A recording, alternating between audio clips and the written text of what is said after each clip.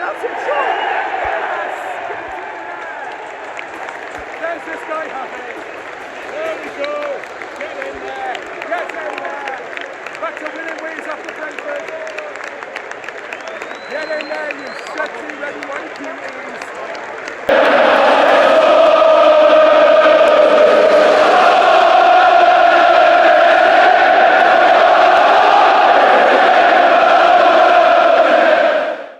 Sorry to everyone that this video is a little bit later than it usually is by my own standards, but obviously we wanted to try and get somewhere where we could actually get a drink and actually get somewhere we can sit down. So I thought we'll just walk to one of the pubs nearby, but or restaurants, I suppose. Technically we're in a bar area, but either way, yeah, Sunderland 2, Crystal Palace 1. I think today, I was interested to see the state of Palace going into the game, because obviously they lost against Macclesfield, which obviously they got a lot of criticism for against a 6th-tier side, although great win for Macclesfield, of course, don't take that away from them. And I felt first half we were probably lucky that Palace created a couple of really good chances, particularly the one when, I can't remember who, it might have been Xhaka who misplaced a pass, and they should really have done a lot better from it, but obviously Robin Roofs and ended up bailing us out.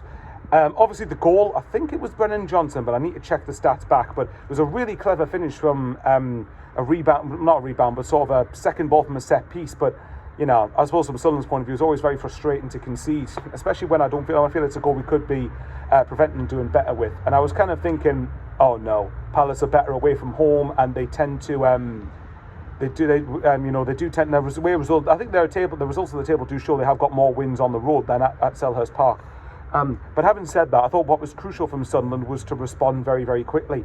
And I think it was Mukiele. Again, guys, bear in mind, I haven't seen much of the highlights back since the game finished. But I think it was Mukiele. But again, if I'm correct in the comments below, respectfully tell me if I'm wrong, because I probably am. But I think Lefebvre burst down the right-hand side after a clever little bit of intricate play from the right-hand side.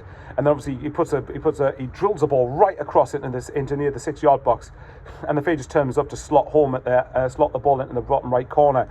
And from then on, I felt like, obviously, Mateta had a goal disallowed for Palace, which was offside, definitely.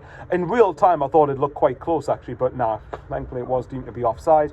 And then in the second half, I thought Sunderland by miles were the better side. I felt like we were the ones that were getting the ball on the ascendancy. We played the ball generally in Palace's half, and I can't remember, unless I've not... there was a period when I went to the toilet, actually, I was gone for about 5 minutes, so maybe I missed something. Then I think it was around about 82nd to 87th minute, or whatever it was. But... I didn't remember Palace really doing all that much. I don't remember Palace having too many clear-cut chances, if anything. And if anything, I felt Sunderland were the ones asking the questions more. And I think you could tell by the last half an hour that Palace looked content for a point.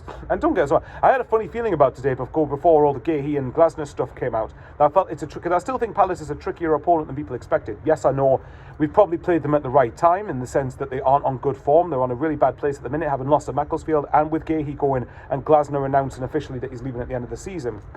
Sorry.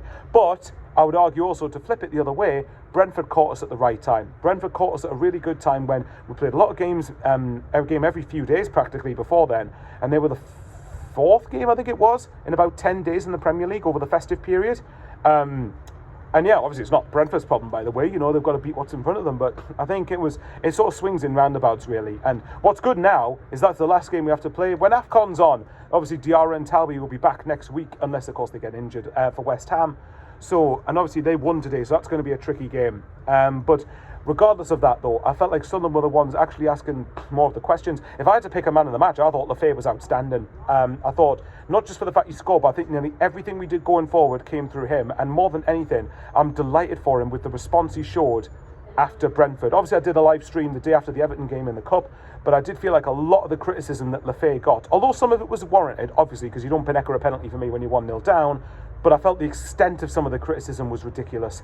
And I'm glad to see that there was a lot of chants at Everton singing, "We've got Lefebvre," and all that stuff, and singing it today as well. Now I thought Lefebvre, for me, was man of the match, but I think Ballard was good, I think Brobbey was good. You know, I think there was a lot of... Generally, it was a controlled performance, more or less, for most of the game. The one thing I would say that I've noticed, and it's something that... It's not through any fault of the players, but sometimes our final ball and final quality could be a bit better.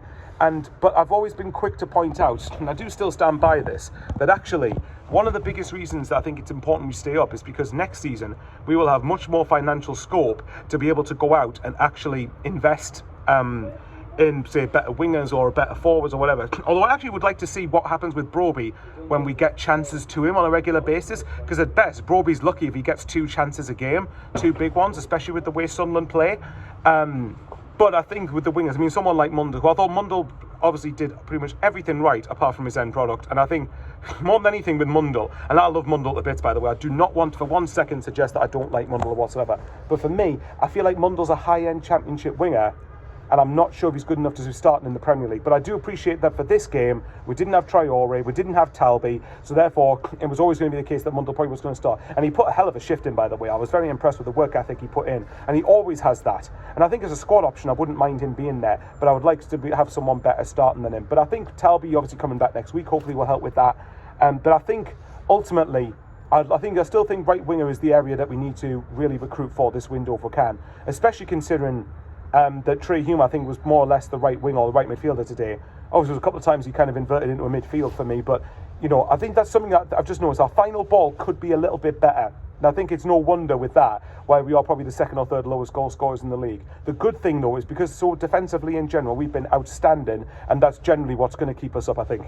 And yes, for 40 points, 7 more to go. So we'll wait and see. And obviously the next 2 games, West Ham and Burnley, although West Ham won today, so that's going to be a hard game. And Burnley at home, who got a very good point against Liverpool, but I would like to think with Burnley, we need to be beating them at home if we're wanting to get top 10 at least. But there's no given right to beat anyone.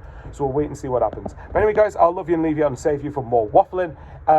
If you're watching the video and you're not subbed and you think I've earned it, as you know, I always say, hit the like button, hit the sub button. Doesn't cost a penny, as Sean Middleton says. And Sean wasn't able at the game, unfortunately, today. That's the first time we've won, I believe, at home this season when Sean hasn't been there. So yeah, well, I was almost cursing him if we didn't win.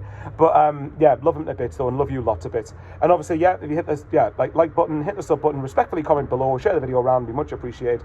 And yeah, I might get to West Ham next week. I'm not sure. It depends how lucky I am with a ticket. But if not, I'll definitely be watching it in some capacity. But either way, until next weekend, away the lads. Get in there.